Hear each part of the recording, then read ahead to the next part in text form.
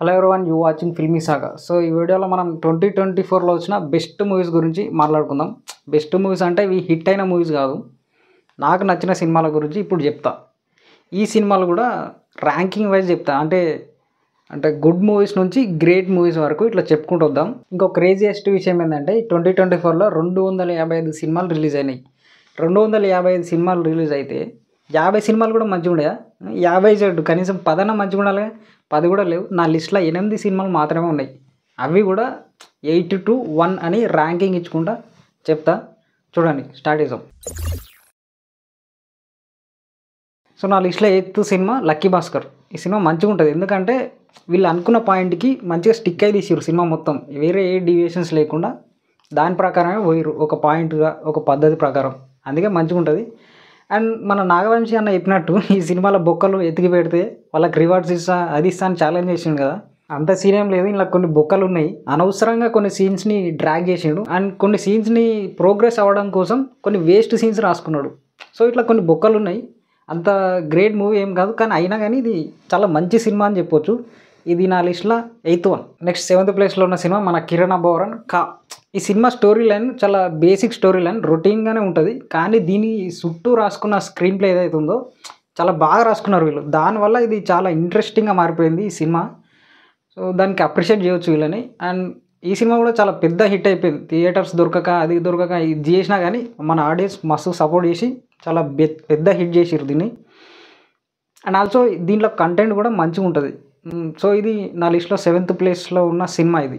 So నా లిస్ట్లో 6th ప్లేస్లో ఉన్న సినిమా మత్తు వదలరా 2. సో మొత్తానికి రితేష్ రాణా ఒక క్లారిటీ మీదకి వచ్చిండు, ఎందుకంటే తన ప్రీవియస్ 2 సినిమాలల్లో కామెడీని కొంచెం హాఫ్ బేక్డ్ లాగా రాస్తుండే. ఇప్పుడు ఫుల్ క్లారిటీ తెచ్చుకుండే, ఎట్లా రాయాలి కామెడీని అని ఫుల్ క్లారిటీతో రాసిండు.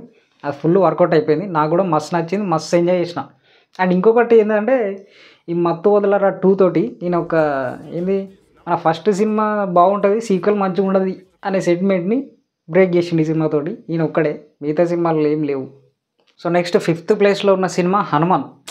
అప్పటి వరకు ఏంది ఇది అంతా నార్మల్గానే పోతుంది సినిమా, ఏముంది అని అనుకుంటున్న టైంలో ఒక్కటేసారి క్లైమాక్స్ వచ్చి మొత్తం ఆగం చేసి పడేసిండు. అది వేరే లెవెల్ ఆఫ్ క్లైమాక్స్, వేరే లెవెల్ ఆఫ్ ఫీలింగ్. అది ఈవెన్ కాంతార కంటే కొన్ని టైమ్స్ ఎక్కువ ఫీలింగ్ ఇచ్చింది ఆ సినిమా. అండ్ ఈ సినిమా కూడా థియేటర్స్ చేయకుండా అంత ఆగమాగం చేస్తే ప్రీమియర్స్ వేసారు. నేను కూడా ప్రీమియర్ షోకే పోయినా. సినిమా అంతా అయిపోయినాక జై శ్రీరామ్ అనుకుంటా అందరూ అరుస్తున్నారు.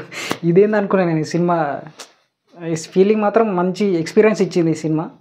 సో ఇది 5th ప్లేస్లో ఉన్న సినిమా నాకు. సో నెక్స్ట్ 4th ప్లేస్లో ఉన్న సినిమా స్వాగ్. ఈ సినిమాలో కూడా మస్తు కంటెంట్ ఉంటుంది, మంచి మ్యాటర్ ఉన్న సినిమా ఇది. అసలు మన శ్రీకృష్ణ నాకు ఏడ దొరుకుతుంది తెలియదు, ఏడికని పట్టుకోవచ్చోడు తెలియదు, ఎవరికి దొరకని సినిమాలని ఈయనే తీసుకొస్తాడు. అండ్ అన్ఫార్చునేట్లీ ఈ సినిమా ఫ్లాప్ అయింది. 10 కోట్ల బిజినెస్ చేసి 5 కోట్లు మాత్రమే కలెక్ట్ చేసారు. ఏమో మన తెలుగు ఆడియన్స్ ఏం ఫీల్ అయ్యారో మరి. కానీ ఈ సినిమా కూడా నాకు మంచిగా నచ్చింది. నా లిస్ట్లో 4th ప్లేస్ ఈ సినిమాకి. నెక్స్ట్ ఇక్కడ నుంచి చాలా క్రూషియల్, నెక్స్ట్ 3rd ప్లేస్లో ఉన్న సినిమా కమిటీ కుర్రాలు. ఈ సినిమా ఫస్ట్ ప్లేస్లో పెట్టడానికి ఏమాత్రం తగ్గని సినిమా, కానీ కాంపిటీషన్ హెవీ అవ్వడం వల్ల ఇది 3rd ప్లేస్కి వచ్చింది తప్ప ఇది కూడా డిజర్వ్స్ ఫస్ట్ ప్లేస్. అండ్ అందరూ ఈ సినిమాలో నోస్టాలియా చూపించారు, చైల్డ్హుడ్ సీన్స్ బాగా చూపించారు, అందుకే అందరికీ బాగా నచ్చింది, హిట్ అయిపోయింది అని అనుకుంటున్నారు. కానీ యాక్చువల్ విషయం అది కాదు. యాక్చువల్గా వాళ్ళ స్క్రిప్ట్ పైన, వాళ్ళ సినిమా పైన పూర్తి కమాండ్ అండ్ పూర్తి క్లారిటీ చాలా కొద్ది మంది డైరెక్టర్స్ మాత్రమే ఉంటుంది. అట్లా ఉన్న డైరెక్టర్ ఈయన ఒకడు.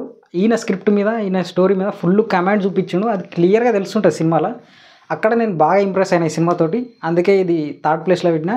అండ్ ఈ డైరెక్టర్ ముందు ముందు ఇంకా మంచి సినిమాలు తీస్తాడు, మీరు చూస్తుండండి. అండ్ కమిటీ కూరలు my 3rd place. Next 2nd ప్లేస్లో ఉన్న సినిమా ఓం భీమ్ బూస్. నేను థియేటర్లో పడి ఘోరంగా నవ్వుకున్న సినిమా ఇది. ప్రతి బిట్టు, ప్రతి సీను, అసలు రూల్స్ లేదు, ఏం లేదు, స్టోరీ లేదు, ఏం లేదు, మొత్తం నవ్వుడే చేసుడే, ఇట్లానే పోయిన సినిమా మొత్తం. ఈ క్రేజియస్ట్ సినిమా ఇది, నా ఫేవరెట్ సినిమా, 2nd ప్లేస్లో ఉన్న సినిమా. నెక్స్ట్ లాస్ట్ నా లిస్ట్లో టాప్ ప్లేస్లో ఉన్న cinema movie of the year కల్కి 2898 AD. ఈ సినిమా కాన్సెప్ట్ అయినా, దీని మేకింగ్ అయినా మొత్తం హాలీవుడ్ లెవెల్లో ఉంటుంది. అండ్ ఈ సినిమా ఖచ్చితంగా మన తెలుగు సినిమాకి ప్రైడ్ అని చెప్పొచ్చు, ఎందుకంటే మన మైథాలజీని, మన ఫ్యూచర్ ప్రిడిక్షన్ని రెండింటిని కలిపి ఒక కాన్సెప్ట్ తయారు చేసిండు. ఆ కాన్సెప్ట్కే ఫుల్ అప్రిషియేట్ చేయవచ్చు మన నాగశ్విని. అండ్ ఇంకోటి మన నాగశ్విని ఫస్ట్ పార్ట్లో ఇచ్చిన హింట్స్ని బట్టి చూస్తే ఈ సెకండ్ పార్ట్ ఇంకా నెక్స్ట్ లెవెల్లో ఉండబోతున్నట్టు అర్థమవుతుంది. నేనైతే ఫుల్ వెయిట్ చేస్తున్న పార్ట్ 2 కోసం. అది పక్క పెడితే ఈ పార్ట్ 1 కూడా చాలా బాగుంటుంది. ఎందుకంటే దీంట్లో ఉన్న కాన్సెప్ట్ ఇంతవరకే, దీని లిమిట్ ఇంతవరకే, దాని బౌండరీ ఇంతవరకే అన్నట్టు ఏమి ఉండదు. ఎంత దూరమైన పోతుంది, ఎంత హెవీ ఫీలింగ్ అనే ఇస్తుంది మనకి. అంత రేంజ్ ఉన్నది ఆ కాన్సెప్ట్లో. అందుకే దీన్ని టాప్ ప్లేస్లో పెట్టినా. Definitely it deserves first place. ఎవరు టచ్ చేయడానికి లేదు. సో అంతే ఈ వీడియో.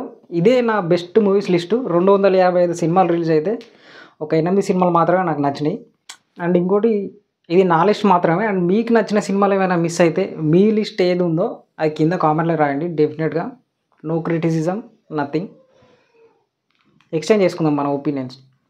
అండ్ ఇంకొకటి, వీడియో నచ్చకుండా ఒక లైక్ చేయండి. అండ్ సబ్స్క్రైబ్ చేసుకోండి, మంచిగా ఎంకరేజ్ చేయండి.